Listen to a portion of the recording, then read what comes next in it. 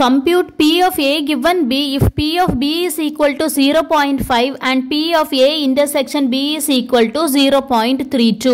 P of B உடைய value கொடுத்துட்டு P of A intersection B உடைய value கொடுத்துட்டு P of A given B கண்டுபிடிக்க சொல்லியிருக்காங்க. P of A given B கண்டுபிடிக்கிறதுக்கு ஒரு ஃபார்முலா இருக்கு.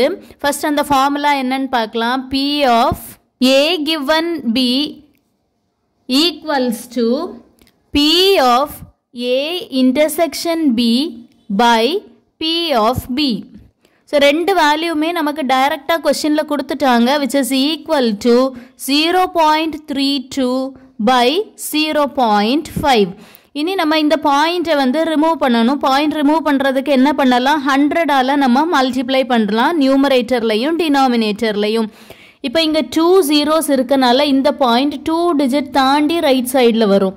அதே மாதிரி இங்க 2 zeros இருக்கனால இந்த பாயிண்ட் 2 டிஜிட்ஸ் தாண்டி வரணும். ஆனா இங்க ஒரு டிஜிட் தான் இருக்கு, இன்னொரு டிஜிட் இல்ல. அதனால நம்ம என்ன செய்யலாம்? 0 போட்டுக்கிடலாம். அப்ப நமக்கு என்ன கிடைக்கும்னா 32 by 15 கிடைக்கும். இனி இதை நம்ம 2 டேபிள்ல கேன்சல் பண்ணலாம்.